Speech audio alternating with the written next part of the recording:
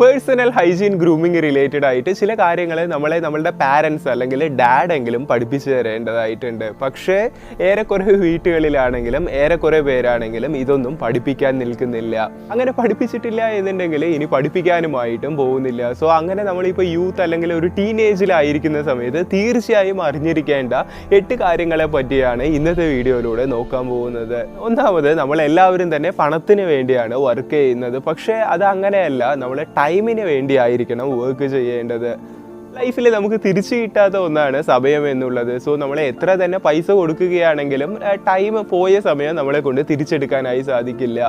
പൊതുവേ നമ്മളെല്ലാവരും നമ്മളുടെ 20s പ്രായവും അതുപോലെ 18, 19 ആ ഒരു പ്രായവും എന്തെങ്കിലും പഠിച്ചുകൊണ്ടോ അല്ല എങ്കിൽ ഏതെങ്കിലും കോർപ്പറേറ്റ് കമ്പനികളിൽ വർക്ക് ചെയ്തോ കൊണ്ടായിരിക്കും സ്പെൻഡ് ചെയ്യുന്നത്. അതായത് ഈ ഒരു പ്രായത്തിൽ മോസ്റ്റ് ഓഫ് ദ ടൈമും ഇങ്ങനെ ആയിരിക്കുന്ന സമയത്ത് നമ്മൾ പണത്തിന് വേണ്ടിയാണ് വർക്ക് ചെയ്യുന്നത്. പക്ഷേ ഇങ്ങനെ അല്ലാതെ നമ്മൾ കുറച്ച് നേരത്തെ തന്നെ ഒരുപാട് സ്ട്രീംസ് ഓഫ് ഇൻകം ക്രിയേറ്റ് ചെയ്യുകയാണെങ്കിൽ നമ്മളുടെ ആ ഒരു സമയത്തിൻ്റെ ഒരു ഫ്ലെക്സിബിലിറ്റി അല്ല എങ്കിൽ സമയത്തിൻ്റെ മേലുള്ള ഒരു നിയന്ത്രണം നമുക്ക് ലഭിക്കുന്നതായിരിക്കും. അല്ലാതെ എല്ലാ മാസവും പൈസയ്ക്ക് വേണ്ടി മാത്രം വർക്ക് ചെയ്തുകൊണ്ടിരിക്കുകയാണെങ്കിൽ ലൈഫ് ലോങ് നമ്മൾ അതിൽ തന്നെ ആ ഒരു ട്രാപ്പിൽ തന്നെ പെട്ടുപോകും. ഏതൊക്കെ സ്കിൽസിനാണ് ഇന്ന് വാല്യൂ ഉള്ളത്, ലോകത്ത് ഇന്ന് മാറിക്കൊണ്ടിരിക്കുന്ന ട്രെൻഡുകൾ എന്തൊക്കെയാണ്, അതായത് ഫാഷൻ ട്രെൻഡ് അങ്ങനെയല്ല, നമുക്ക് ഏൺ ചെയ്യാവുന്ന മോസ്റ്റ് വാല്യുബിൾ ആയിട്ടുള്ള സ്കിൽസ് എന്തൊക്കെയാണ്, ഇങ്ങനെയുള്ള കാര്യങ്ങളൊക്കെ മനസ്സിലാക്കി അതിനനുസരിച്ച് വർക്ക് ചെയ്യുകയാണെങ്കിൽ മാത്രമേ നമുക്ക് സമയം ലഭിക്കുകയുള്ളൂ. കാശിൻ്റെ പിന്നിൽ തന്നെ ഓടിക്കൊണ്ടിരിക്കുകയാണെങ്കിൽ നമുക്ക് ലഭിച്ചിട്ടുള്ള വളരെ വാല്യുബിൾ ആയിട്ടുള്ള പല ടൈമും ഒക്കെ ഇൻവെസ്റ്റ് ചെയ്തുകൊണ്ടായിരിക്കും നമ്മൾ കാശ് സമ്പാദിച്ചുകൊണ്ടിരിക്കുന്നത്. കാശ് നമുക്ക് വേണ്ടി വർക്ക് ചെയ്യാനായിട്ട് ആരംഭിക്കുന്ന സമയത്ത് നമ്മളുടെ സമയത്തെ സ്വന്തം വരുതിയിലാക്കാനായി സാധിക്കും. സോ അതിനുവേണ്ടി എന്തൊക്കെ ചെയ്യാം, എന്തൊക്കെ ഓപ്പർച്യൂണിറ്റീസ് ആണ് ഉള്ളത് എന്നുള്ളതിനെ പറ്റി ഇന്ന് മുതൽ സെർച്ച് ചെയ്യാനും പഠിക്കാനും ഒക്കെ ആയി ആരംഭിക്കുക. രണ്ടാമത്, വാലറ്റ്. ഈ വാലറ്റ് പേഴ്സ് എന്നുള്ളത് നമ്മളുടെ ബാക്ക് സൈഡിലുള്ള റൈറ്റ് സൈഡ് പോക്കറ്റിലായിരിക്കും നമ്മൾ എപ്പോഴും തന്നെ വെക്കുന്നത്. പക്ഷേ പലപ്പോഴും ഈ ഒരു വാലറ്റിൽ നമ്മൾ അത്യാവശ്യമായിട്ടുള്ള കാശ് മാത്രമല്ലാതെ ഒരുപാട് ചില്ലറ കാര്യങ്ങളും അതുപോലെ പല നമ്മളുടെ വണ്ടിയുടെ കീയും മറ്റുമൊക്കെ അതിനകത്ത് വെക്കാറുണ്ടാവും.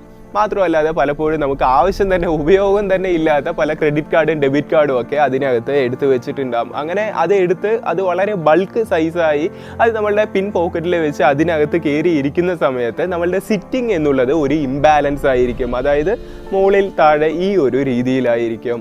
ഈ ഒരു ചെറിയൊരു ആക്ഷൻ തന്നെ നമ്മളുടെ സ്പൈനിൽ, അതായത് നമ്മളുടെ നട്ടെല്ലിലും മറ്റുമൊക്കെ ആയിട്ട് ഒരുപാട് പ്രശ്നങ്ങൾ വരാനായി കാരണമാവും. അതുകൊണ്ട് തന്നെ എപ്പോഴും നമ്മളുടെ വാലറ്റ്, അതായത് നമ്മളുടെ പേഴ്സ് എന്നുള്ളത് വളരെ മിനിമലാക്കി തന്നെ വെക്കാൻ ശ്രമിക്കുക. നമുക്ക് അത്യാവശ്യമായിട്ടുള്ള കുറച്ച് റുപ്പീസും അതുപോലെ അത്യാവശ്യമായിട്ടുള്ള ചില ചില്ലറ കാശുകളും മാത്രം വെക്കുക. ഇനി അത്യാവശ്യമാണെങ്കിൽ ക്രെഡിറ്റ് കാർഡുകൾ മാത്രം വെക്കുക.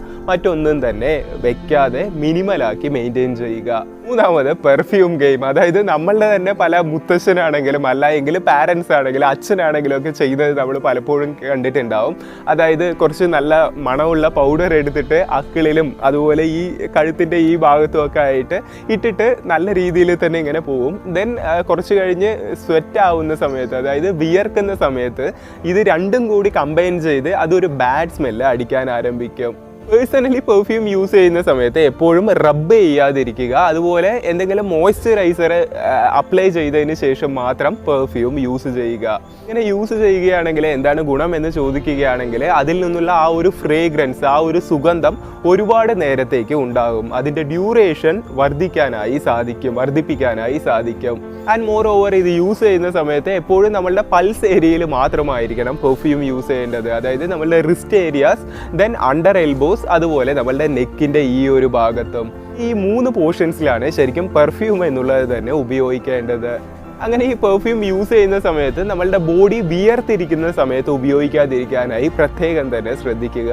Fourth one, learning new skill apart from money. ഇത് 2021 ആണ്, നമ്മൾ 22ലേക്ക് കടക്കാൻ പോവുകയാണ്. സോ ഈ ഒരു സമയത്ത് ഏറ്റവും കൂടുതൽ നമുക്കുള്ള സ്കിൽസിനാണ് വാല്യൂ ഉള്ളത്. പഠിക്കേണ്ടതായിട്ടുള്ള ഒരു ബുക്ക് എടുത്ത് നമ്മൾ കുറേ കാര്യങ്ങൾ മഗ്ഗപ്പ് ചെയ്ത് ഞാൻ 80% മേടിച്ചു, 90% മേടിച്ചു എന്നൊക്കെ പറയുന്നത് കൊണ്ട് ഒരിക്കലും ഒരു ഹൈ പെയ്ഡ് ആയിട്ടുള്ള ജോലി കിട്ടണമെന്നില്ല.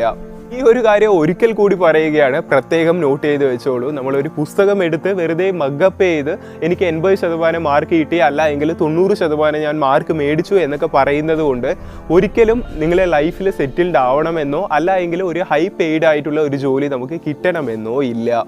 ഇതിന് എഡ്യൂക്കേഷൻ ഇമ്പോർട്ടൻ്റ് അല്ല എന്നല്ല അർത്ഥം. പക്ഷേ ഒരു ഹൈ പെയ്ഡ് ആയിട്ടുള്ള ഒരു ലെവലിലേക്ക് വരണമെന്നുണ്ടെങ്കിൽ നമ്മളായിട്ട് പല സ്കില്ലുകളും ഡെവലപ്പ് ചെയ്യേണ്ടതായിട്ട് വരും. പേഴ്സണലി നമുക്ക് ചുറ്റും തന്നെ നോക്കുകയാണെങ്കിൽ ഒരുപാട് പേരെ കാണാൻ പറ്റും, കോളേജും എഞ്ചിനീയറിംഗ്, ഡിഗ്രി, PG കാര്യങ്ങളൊക്കെ കഴിഞ്ഞിട്ടും അതിനെപ്പറ്റി വലിയ രീതിയിൽ ഒന്നും തന്നെ അറിയാത്തതും ഇപ്പോഴും ജോലിക്ക് വേണ്ടി പല വർഷങ്ങളായിട്ടും ജോലിക്ക് വേണ്ടി ട്രൈ ചെയ്തുകൊണ്ടിരിക്കുന്നവർ.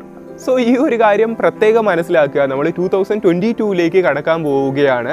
സോ ഈ ഒരു സമയത്ത് നമുക്കുള്ള സ്കിൽസാണ് ഏറ്റവും കൂടുതൽ പ്രധാനം. ചെറുപ്പത്തിൽ നമുക്ക് താല്പര്യം ഉണ്ടായിരുന്ന എന്തെങ്കിലുമൊക്കെ കാര്യങ്ങൾ പാരൻസിനോട് പറയുന്ന സമയത്ത് ഇത് കാരണം നിനക്ക് മണിയൊന്നും തന്നെ കിട്ടില്ല, സോ അതുകൊണ്ട് നീ നിൻ്റെ സ്റ്റഡീസിൽ മാത്രം ഫോക്കസ് ചെയ്യുക എന്നൊക്കെ പറഞ്ഞ് നമ്മളോട് പറഞ്ഞിട്ടുണ്ടാവും. പക്ഷേ ഈ ഇത്തരത്തിലുള്ള നമുക്കുള്ള സ്കില്ലുകൾ ഏതെങ്കിലുമൊക്കെ സാഹചര്യത്തിൽ നമുക്ക് കൈ തരാനായിട്ട് സാധ്യതയുണ്ട്. 5th one, hair care. ഇതൊക്കെ ഇത്രയ്ക്ക് വലിയ ഒരു കാര്യമാണോ എന്ന് പലരും ചിന്തിക്കുന്നുണ്ടാവും. പക്ഷേ നമുക്ക് ഈ ഒരു മുടി ഉള്ളത് വരേക്കും പലപ്പോഴും അറിയണമെന്നില്ല. ആ മുടി നല്ല രീതിയിൽ ഫോളോ ആവാൻ തുടങ്ങുന്ന സമയത്തായിരിക്കും ഇതിൻ്റെ വാല്യൂ തന്നെ നമുക്ക് മനസ്സിലാവുന്നത്.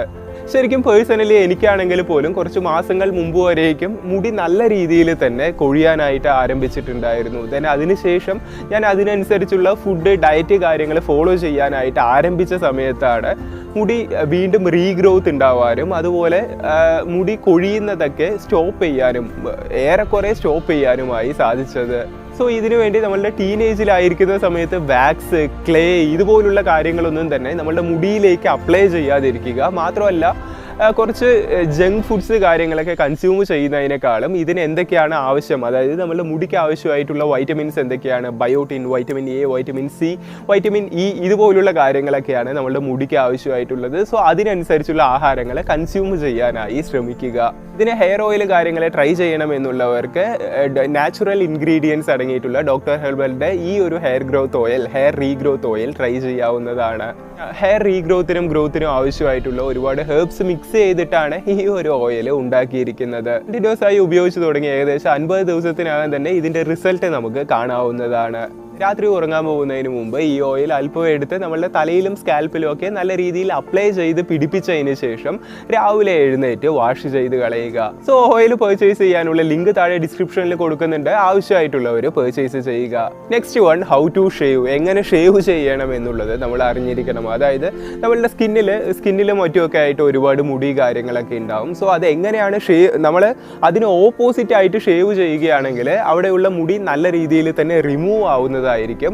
പക്ഷെ അവിടെ ഒരുപാട് റാഷസ് വരാനൊക്കെ സാധ്യതയുണ്ട്. അതും നമ്മളുടെ സ്കിന്ന് വളരെ സെൻസിറ്റീവ് ആയിട്ടുള്ളതാണെങ്കിൽ വളരെ പെട്ടെന്ന് തന്നെ ഇത്തരത്തിലുള്ള റാഷസ് കാര്യങ്ങളൊക്കെ വരുന്നതായിരിക്കും. അല്ല എങ്കിൽ കട്ടിങ് നടക്കാനോ കുരു പോലുള്ള കാര്യങ്ങൾ വരാനും ഒക്കെ സാധ്യതയുണ്ട്. സോ അതുകൊണ്ട് ഇങ്ങനെ ഷേവ് ചെയ്യുന്ന സമയത്ത് ഇങ്ങനെ ചെയ്യാതെ ഏത് വശത്തേക്കാണോ നമ്മളുടെ മുടി വളർന്നിട്ടുള്ളത് ആ ഒരു വശത്തേക്ക് തന്നെ ഷേവ് ചെയ്യുക. പക്ഷേ ഇവിടെ ഷേവിംഗ് സെറ്റിന് പകരം ട്രിമ്മറാണ് നമ്മൾ യൂസ് ചെയ്യുന്നത് എന്നുണ്ടെങ്കിൽ വലിയ പ്രശ്നം, നമുക്ക് വേണമെങ്കിൽ ഓപ്പോസിറ്റ് ഡയറക്ഷനിലും അത് കട്ട് ചെയ്യാവുന്നതാണ്, ട്രിം ചെയ്യാവുന്നതാണ്, വലിയ പ്രശ്നമൊന്നും തന്നെ ഉണ്ടാവുന്നതായിരിക്കില്ല. സോ ഇത്രയും കാര്യങ്ങളാണ് ഇന്നത്തെ വീഡിയോയിലൂടെ പറയാൻ ആഗ്രഹിച്ചത്. Thank you so much for watching. Doctor herbal hair regrowth oil purchase ചെയ്യാനുള്ള ലിങ്ക് താഴെ ഡിസ്ക്രിപ്ഷനിൽ കൊടുത്തിട്ടുണ്ട്. So thank you so much for watching. It's me Akshay. Stay grounded. Bye all.